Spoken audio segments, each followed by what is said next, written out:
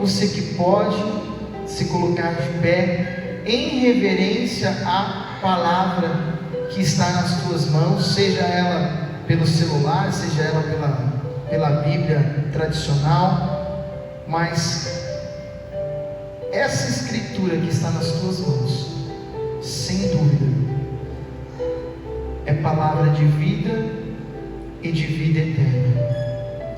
É palavra de vida para você viver nessa terra, e é palavra de vida para você viver na eternidade. Quem vai morar no céu aqui? Deixa eu ver. Então, palavra de vida eterna.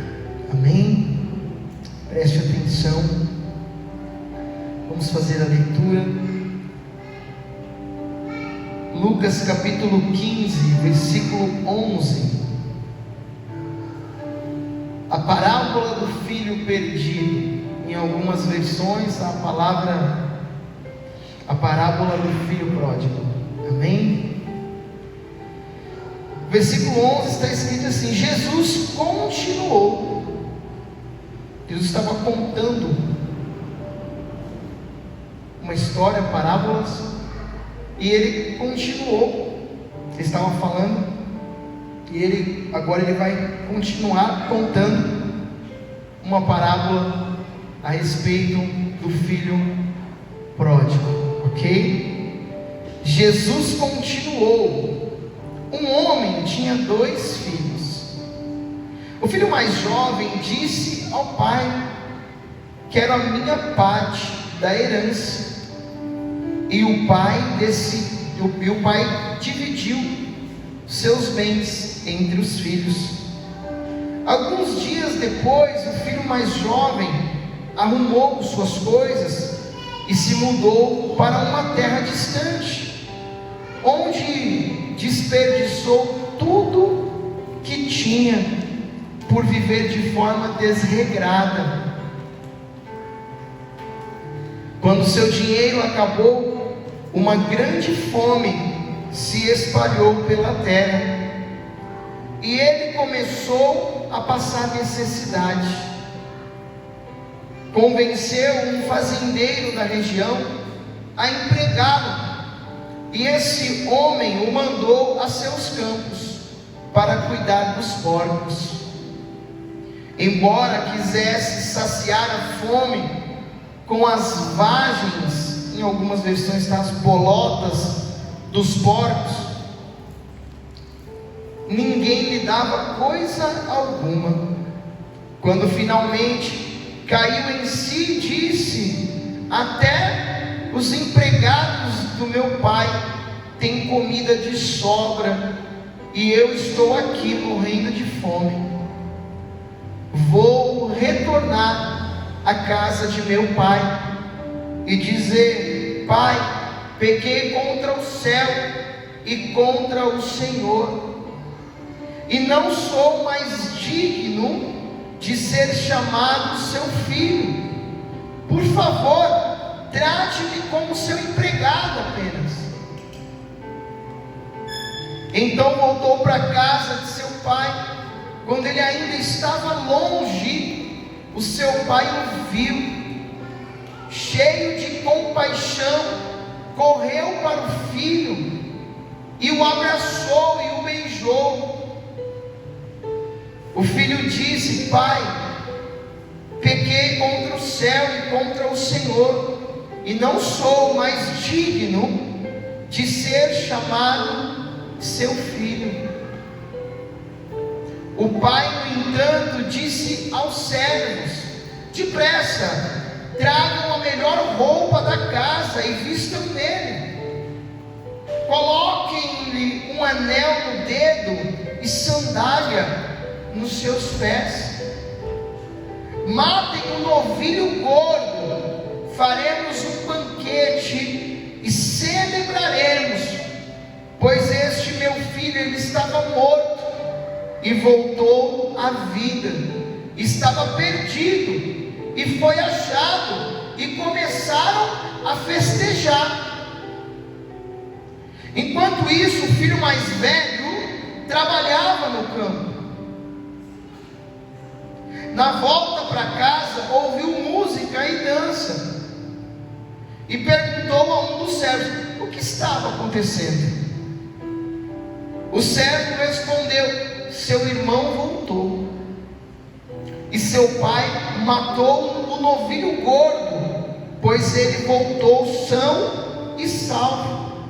O irmão mais velho se irou e não quis entrar. O pai saiu e insistiu com o filho, mas ele respondeu: todos esses anos tenho trabalhado como um escravo para o Senhor e nunca me recusei a obedecer às suas ordens, e o Senhor nunca me deu nem mesmo um cabrito para eu festejar com meus amigos.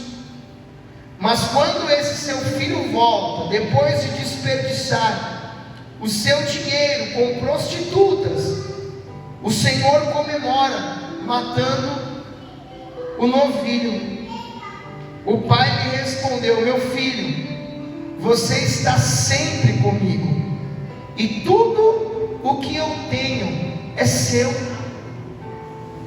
Mas tínhamos que comemorar este dia feliz, pois o seu irmão estava morto e voltou à vida, estava perdido e foi achado. Somente até aqui, pode se assentar em nome de Jesus.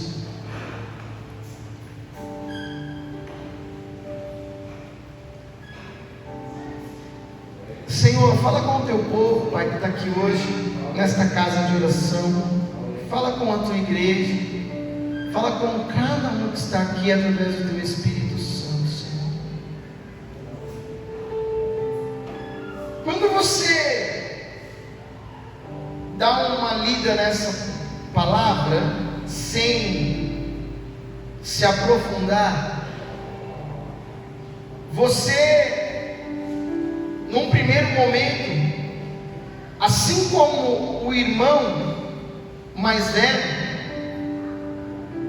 você por um momento pensa até que realmente era uma injustiça o que estava acontecendo no final dessa história, porque aquele rapaz mais jovem jogou tudo fora o que ele tinha, e o mais velho, que ficou ali o tempo todo trabalhando, posicionado, fazendo a vontade do pai, obedecendo ao pai, que aquele jovem, ele não tinha tido nenhum prazer, nenhuma alegria. E a gente se pega às vezes nessa afirmação. Mas se você começa a se aprofundar nessa palavra, você vai descobrir muitos tesouros dentro dela, muitas preciosidades. Porque afinal de contas, quem está contando essa história é nada mais, nada menos do que Jesus Cristo de Nazaré. Jesus, o Filho do Deus vivo, que foi dado a nós por amor a nós.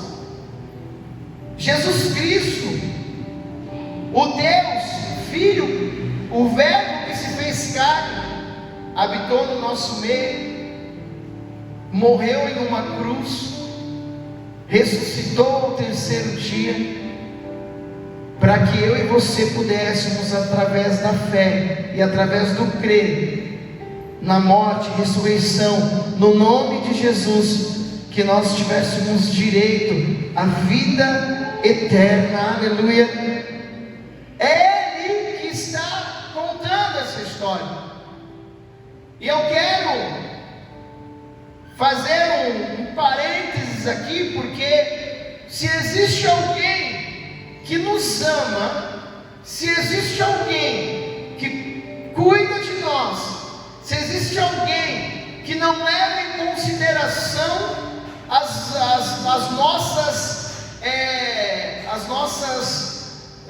fragilidades, que nos ama e nos amou e nos ama tanto, que mesmo não merecendo, eu e você não merecendo, Ele nos amou e nos ama, e nos fez participantes da graça. Esse alguém é Jesus Cristo. Esse alguém é o Filho de Deus. Talvez aqui nesta terra, pessoas te humilhem, pessoas façam acepção com relação à tua pessoa, pessoas talvez te persigam, te discriminem, te caluneiam, não sei, pessoas aqui nesta terra, talvez pessoas não te amem, não sei, mas o que eu posso dizer com toda certeza é que se aqui nessa terra pode haver qualquer tipo de pessoa que não te ama, que não quer nem ter contato contigo, se tem alguém que te ama, é Jesus Cristo. O amor dele é incondicional. Não existe uma condição para ele te amar. Não, tem que ser mais bonito, porque senão eu não vou amar ele. Não, ele tem que ser mais inteligente, porque senão eu não vou amá-lo. Não, ele tem que ser mais rico, porque senão eu não vou amá-lo. Se existe alguém que te ama incondicionalmente, é Jesus Cristo. É o Pai, é o Filho e é também o Espírito Santo que habita em vós e que está no nosso meio e que trabalha, o Consolador. Eu preciso deixar isso claro com você, porque quando Jesus começa a contar essa história, essa parábola, nada mais é do que uma representação daquilo que nós somos, daquilo que nós temos com Deus. Aqui conta a história de um pai, alguém que tinha posses, que tinha coisas de valor, tinha bens, patrimônios, e esse pai representa a figura de Jesus Cristo, representa a figura de Deus. E nessa história, nessa parábola, diz que esse pai tinha dois filhos, um mais novo e um mais velho. E nessa história, esse pai, um certo dia, ele se depara com uma condição. O filho mais jovem decide ir embora, decide sair de casa, decide abandonar tudo que ele tinha de bom com aquele pai. Ele decide deixar tudo, porém ele exige a parte dele na herança que o pai deixaria para os seus filhos. E a Bíblia diz que o pai não resiste. O pai, em momento algum nessa história, vai entrar em conflito com aquele filho, dizendo: não, não vai, não, eu quero que você vá embora, não, eu não quero, não. O pai simplesmente pega a porção que era de direito daquele filho e entrega para ele. E eu acredito que o pai ainda o abençoa, fala: vai.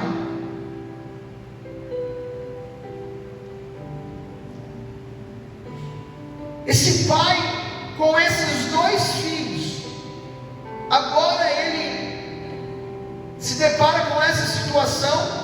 O filho mais velho continua cuidando da sua fazenda, do seu patrimônio, dos animais, continua na casa do pai, continua trabalhando com o pai, continua lá honrando o pai, enquanto aquele filho agora ele sai. E a Bíblia diz nessa história, nessa parábola, que aquele filho ele vai para uma terra distante,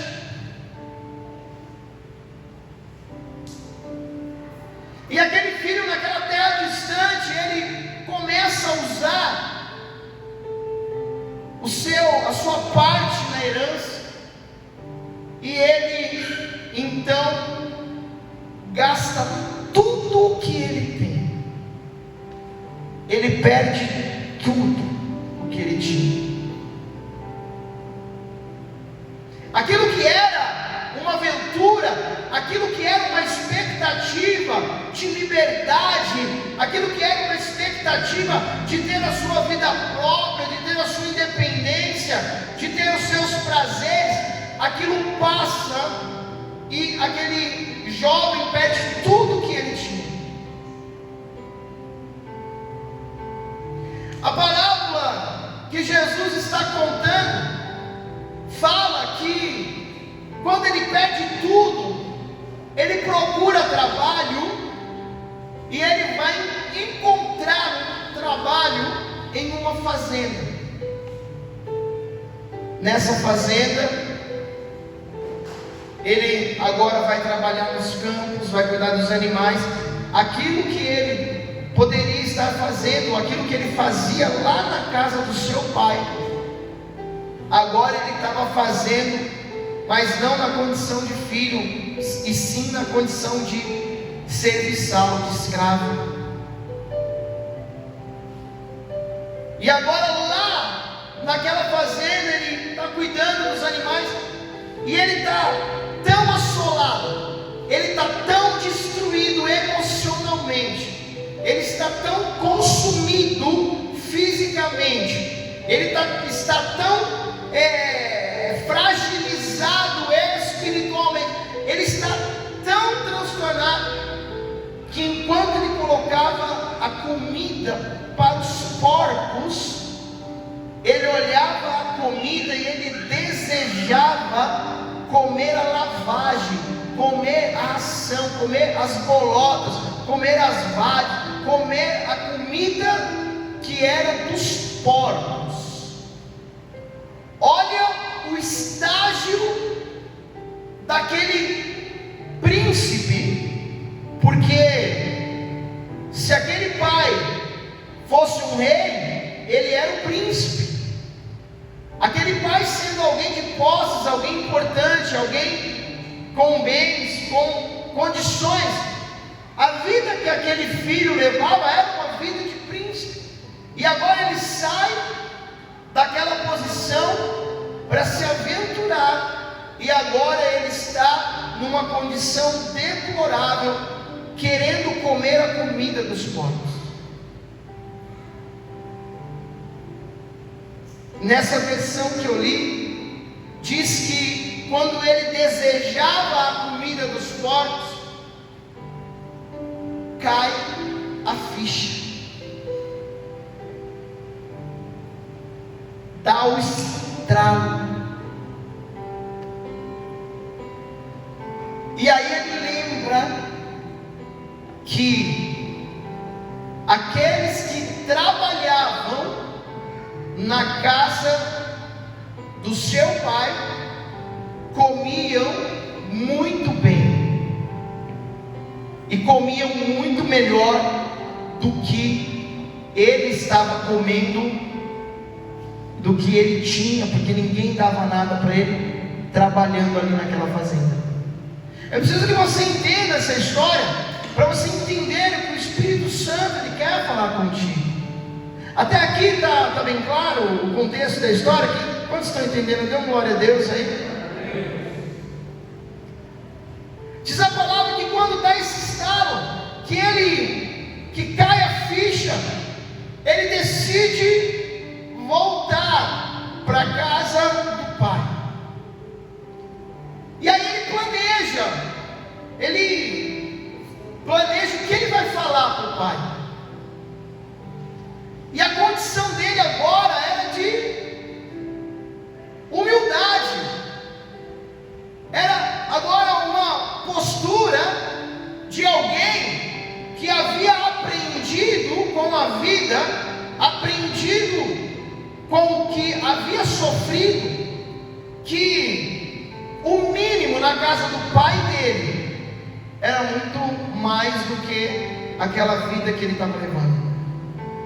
Então ele decide voltar para casa e falar com o pai, falar: pai, eu pequei contra o céu, eu pequei contra o Senhor, eu não sou nem digno mais de ser chamado de teu filho, eu não sou digno de ser chamado de filho,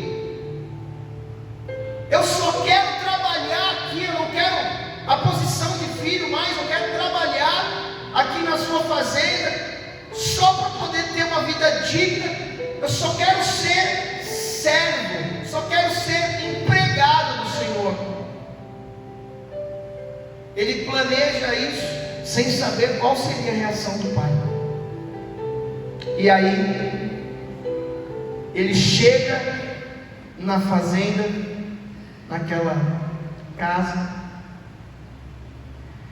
e quando o pai dele vê ele de longe, quando o pai dele enxerga ele de longe, a música parou, presbítero. Quando o pai dele enxerga ele de longe, o pai dele já se alegra, já fica feliz, já vai ao encontro, já o recebe, o abraça, o beija, o recebe de braços abertos, porque pai é pai.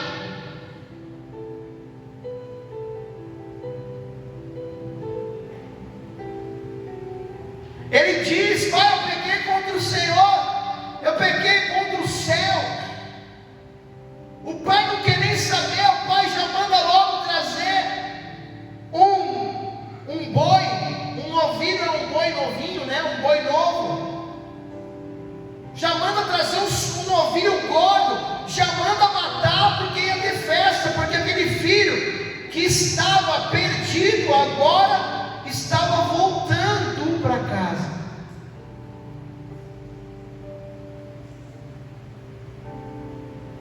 E aí assim acontece, o novilho é morto, aquele churrascão top das galáxias. Quem gosta de churrasco, dá um glória aí, aleluia. Oh, aleluia. Já manda matar aquele boi, já faz aquele churrascão, aquela carne assada, dança, música, festa, aquela alegria. Acredito eu, não está escrito, mas aquele filho fica sem reação, porque talvez ele imaginasse que o pai dele ia ser severo, ia dar uma lição de moral, mas não. Recebe, ama, abraça, traz para perto, faz um churrascão, festa, dança, aleluia. Eu fico imaginando a cara daquele filho no meio daquela festa. O que eu fui fazer da minha vida? E aí, ao longe, o filho mais velho, que ficou com o pai, trabalhou com o pai, honrou o pai, esteve o tempo todo na casa do pai, cuidava das coisas do pai, tinha tudo na casa do pai. Quando aquele filho chega, o irmão mais velho daquele jovem, quando ele chega perto da casa e ele vê festa, e ele vê aquela bagunça toda, ele pergunta: o que está acontecendo aí?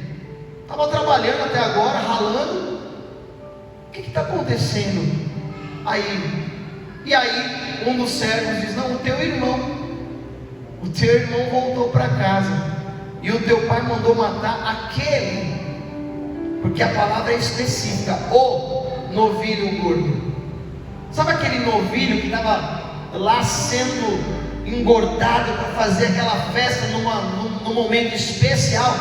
Teu pai já mandou matar, já estão comendo, a festa já está rolando, porque teu irmão voltou. E perdeu tudo, hein? Não tem mais nada. Mas teu pai recebeu ele lá, e ele está naquela festa lá com teu pai, aquele negócio todo.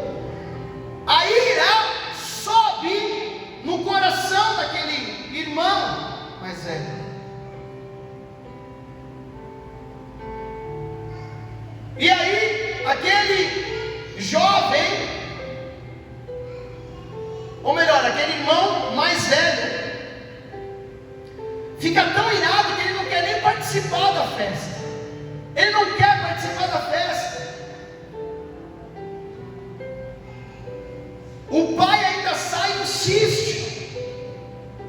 E aí eu chego no lugar que eu queria, porque agora aquele irmão mais velho vai olhar para o pai e vai falar: olha, eu sempre estive aqui com o Senhor, eu nunca saí da tua casa, eu nunca te abandonei, eu nunca exigi a minha parte da herança, eu nunca pisei na bola com o Senhor, eu nunca te desonrei,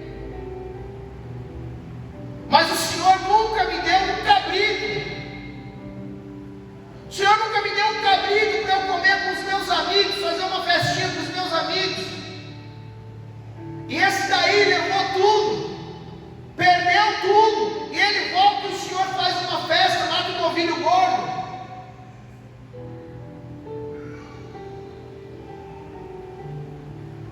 E o pai responde: tudo o que eu tenho, tudo o que eu tenho é teu. Você poderia ter feito milhares de festas, você poderia ter feito o que você quisesse, porque tudo que eu tenho é teu. Mas o teu irmão, ele estava morto, e agora ele reviveu. E agora ele reviveu. Eu paro aqui a ilustração dessa história. Todos entenderam até aqui a história? Um pouquinho extensa, mas você precisa entender isso. Porque eu consegui enxergar pelo Espírito Santo algo muito profundo dentro dessa palavra. Os dois filhos, tanto o jovem quanto o mais velho, eles não tinham o entendimento, eles não tinham a dimensão, eles não sabiam o que eles tinham nas mãos de privilégio, de amor, de benefícios.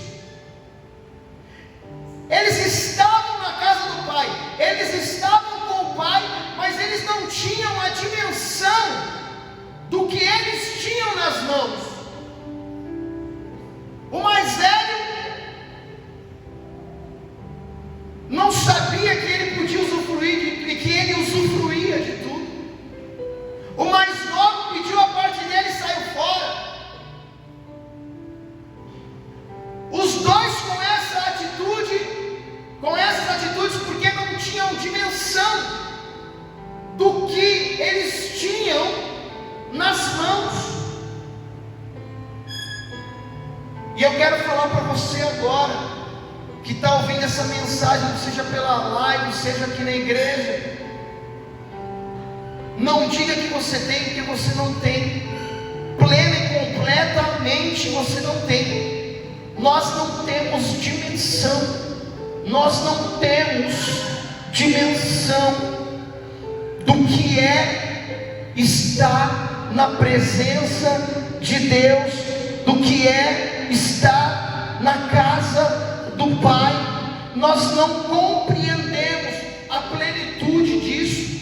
Nós não compreendemos as milhares e milhares de vertentes, de bênçãos, de benefícios que é estar na presença de Deus. Nós não entendemos o que é criar os nossos filhos diante do altar, na casa de Deus, na presença de Deus. Nós não sabemos o quanto é importante estar aqui numa noite como essa, ouvindo uma palavra, ouvindo uma instrução de Deus, ouvindo e aprendendo com Deus. Nós não temos o entendimento, a nossa mente. O salmista Davi dizia: a tua ciência é tão maravilhosa que nós não conseguimos alcançá-la.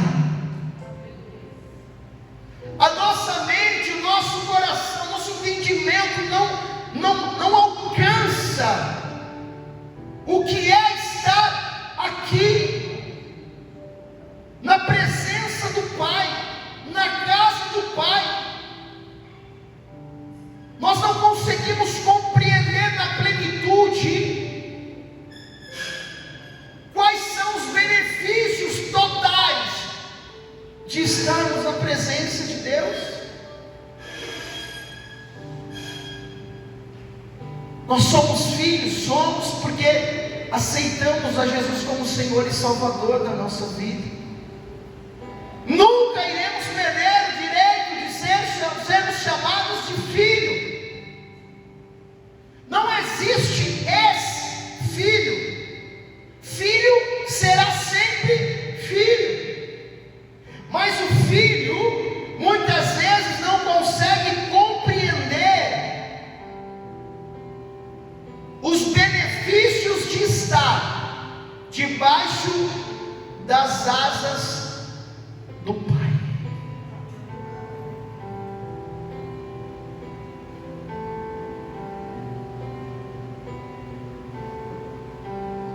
Você já parou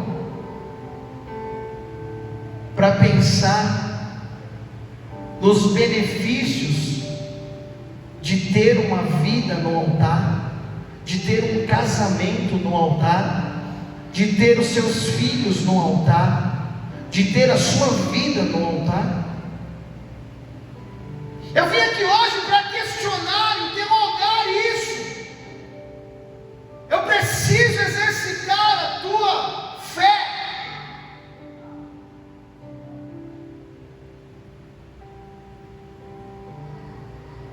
Você já parou para pensar? Pedro, sobre ti edificarei a minha igreja. Eu vou falar sobre a coluna da igreja. Pedro, apóstolo Pedro. Para onde iremos nós? Se só tu tens palavra de vida e de vida eterna. Bem, eu vou falar do amadinho, eu vou falar do amado, eu vou falar do Davizinho. Uma coisa eu pedirei ao Senhor e a buscarei, que eu possa habitar todos os dias na sua casa.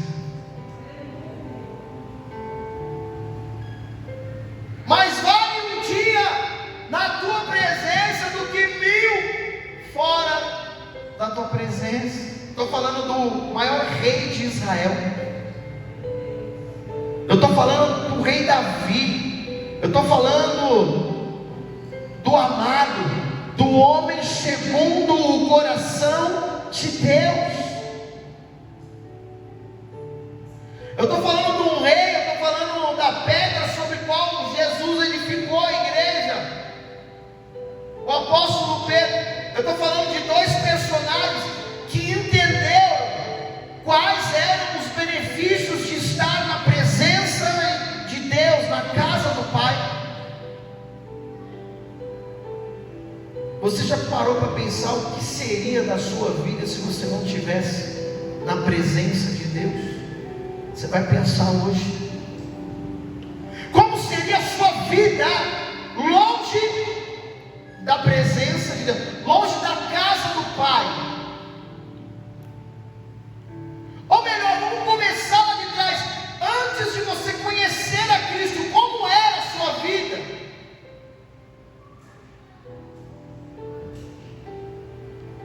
Como era a sua vida? Como era a sua condição? Quais eram as suas práticas? Quais eram os lugares que você frequentava? Como era conduzida a tua família?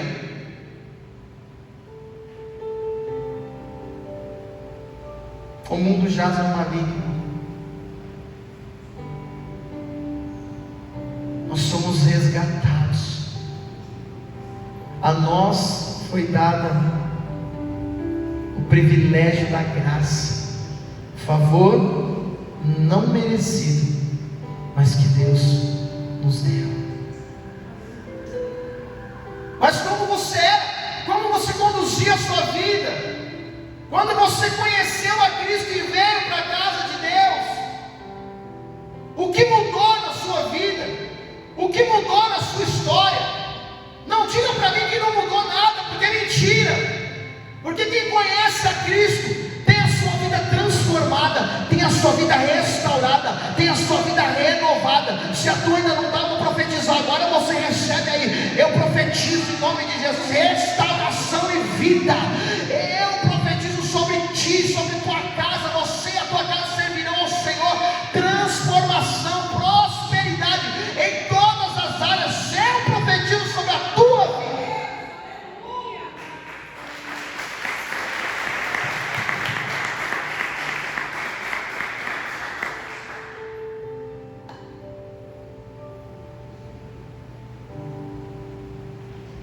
Um filho não sabia o que tinha nas mãos. Eu e você não sabemos o que nós temos nas mãos. Achamos que sabemos, mas o privilégio que nós temos de estar na casa do Pai, isso nunca será compreendido. Por muito pouco, nessa pandemia, por um tempo as igrejas não funcionaram, algumas ainda não estão funcionando. Você teve um vislumbre do que é não poder estar na casa do Pai e adorar a Deus, e ouvir uma palavra, e louvar a Deus.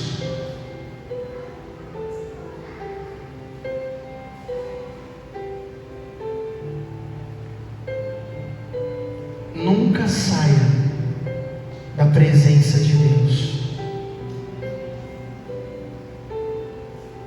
mas também, estando na presença de Deus, você precisa entender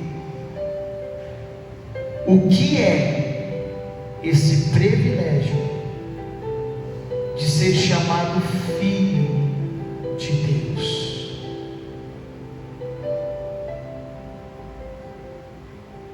Eu poderia trazer muitas revelações nessa pregação, muitas, mas o que o Espírito Santo falou comigo é: nem o que ficou na casa, nem o que foi embora sabia o que tinham nas mãos.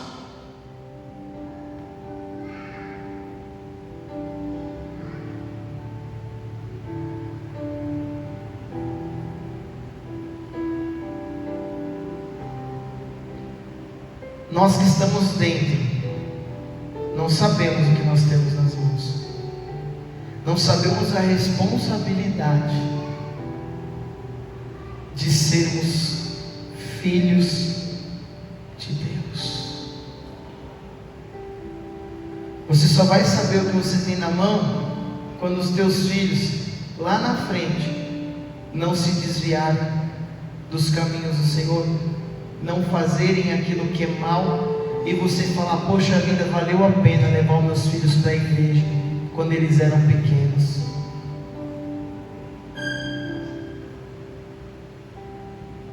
Você só vai saber o privilégio que você tem nas mãos quando no momento de necessidade você for socorrido por um pastor, pela igreja, pelo próprio Deus. Você vai só perceber o quanto é importante você e a tua casa servir ao Senhor, estar na presença de Deus, quando for necessária a intervenção de Deus para não acabar o seu casamento, para os teus filhos não irem para as drogas, para o seu marido não ficar no adultério, para você, mulher ou homem, não ficar no adultério. Você só vai perceber o que você tem na mão quando você, no meio da tempestade, conseguir reclinar a sua cabeça e dormir sem ter uma insônia, sem ter uma depressão, sem ter uma ansiedade.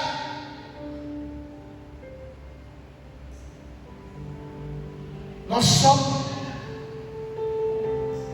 conseguimos dar valor no momento da necessidade. Mas não espere o momento da necessidade para reconhecer que Deus é Deus na sua vida.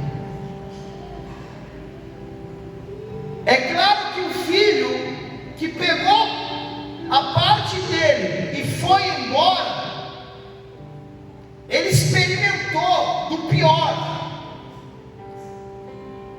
Porque quando você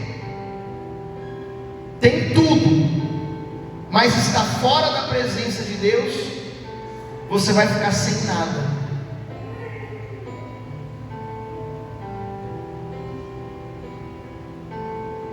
E quando a gente está longe da presença de Deus, a gente perde. A gente só perde. Eu não estou falando de dinheiro não, tá, irmãos? Eu não estou falando de finanças, eu não estou falando de prosperidade financeira. Eu estou falando de paz. Eu estou falando de princípios. Estou falando de temor. E aquele jovem, ele precisou perder tudo para ele entender que estar na casa do Pai era o que tinha de melhor para ele. Sabe o que me chama a atenção na Escritura Sagrada? É que tem pessoas que pagam para ver, pessoas que tentam a sorte, pessoas que querem se aventurar, mas acabam passando por um processo para entender que precisam estar na presença de Deus, que precisam obedecer a Deus.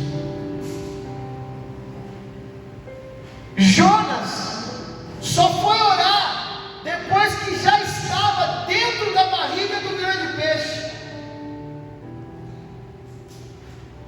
Não podia ter obedecido, mas não entendia o que era uma desobediência a Deus. Você não entendeu, filho? Então peraí. Deus, a Bíblia diz que Deus leva uma tempestade para o meio do mar e começa a destruir o barco que Jonas estava. Agora você vai entender, filho. Jonas é jogado no mar, um grande peixe engole ele. No ventre do grande peixe, Jonas decide orar ao Senhor, e Deus ouve a oração de Jonas, e Deus resolve o problema de Jonas. Mas Jonas precisou ser engolido, precisou ter a vida dele praticamente acabada, para ele entender o que ele tinha de responsabilidade, o que ele tinha nas mãos.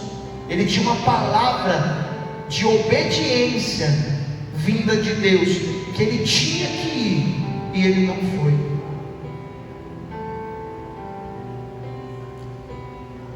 Muitos de nós não estamos entendendo,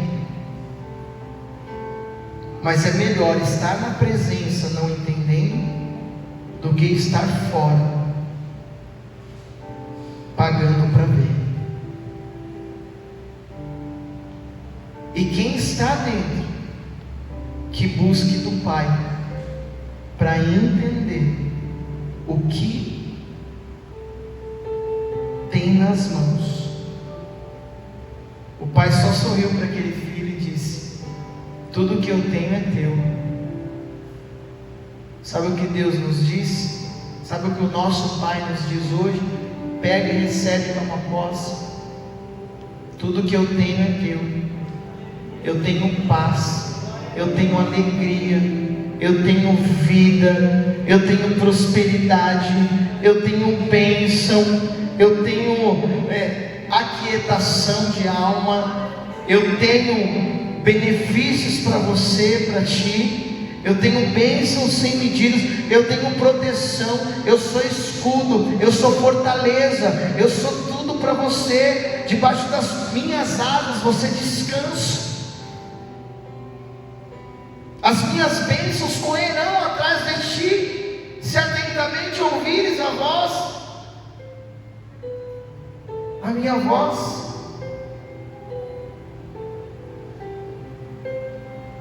Deus tem benefícios, Deus tem tudo para você, para colocar nas tuas mãos, para te dar. Você já desfruta disso e nem percebe.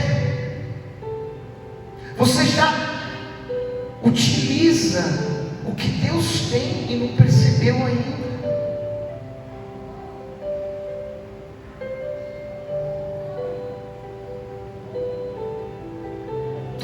tenho é teu. Tudo que Deus tem é teu. O que Deus tem para a tua vida? O que Deus tem para a minha vida?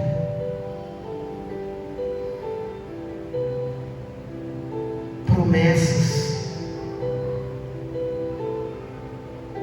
realizações, experiências sobrenaturais, salvação, paz de espírito.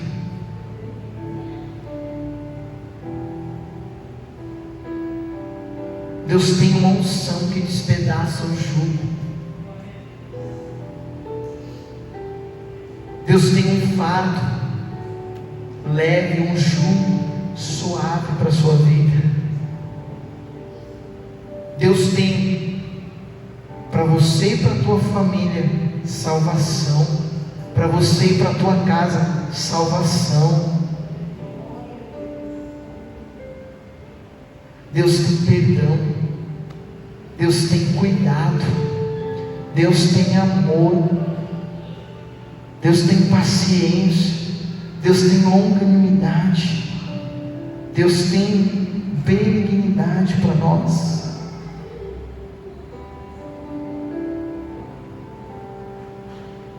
Deus tem o fim que esperais. Ou não está escrito: clama a mim e responder-te-ei, e anunciar-te-ei coisas grandes e firmes que ainda nem sabes.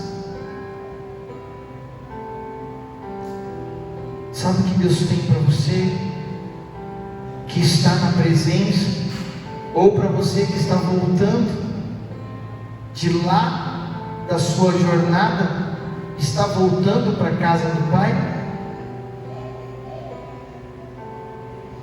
Deus tem aquilo que os teus olhos ainda não viram, aquilo que os teus ouvidos ainda não ouviram, aquilo que ainda nem subiu ao teu coração, que Deus tem preparado para a tua vida. O melhor casamento, o melhor relacionamento, filhos abençoados, o melhor na vida financeira, na vida profissional, na tua saúde. Deus tem o melhor, Deus tem para a tua vida. Você é filho, tudo que é dele é teu. A Bíblia diz que ele já nos abençoou com toda sorte de bênçãos nas regiões celestiais. É nosso, nós já fomos chamados como os príncipes. Nós somos príncipes, nós somos chamados como cabeça e não cauda. Nós somos chamados e somos príncipes porque somos filhos do rei. Não troque nada disso. Não saia da presença de Deus. E se você sair da presença de Deus, volta correndo.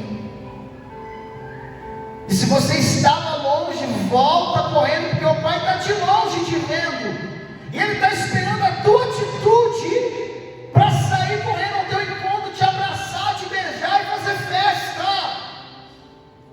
Porque mesmo comendo bolota com os porcos, você nunca vai deixar de ser filho. Mas precisamos estar na presença, na casa do Pai. Eu quero que você feche os seus olhos. Feche os seus olhos.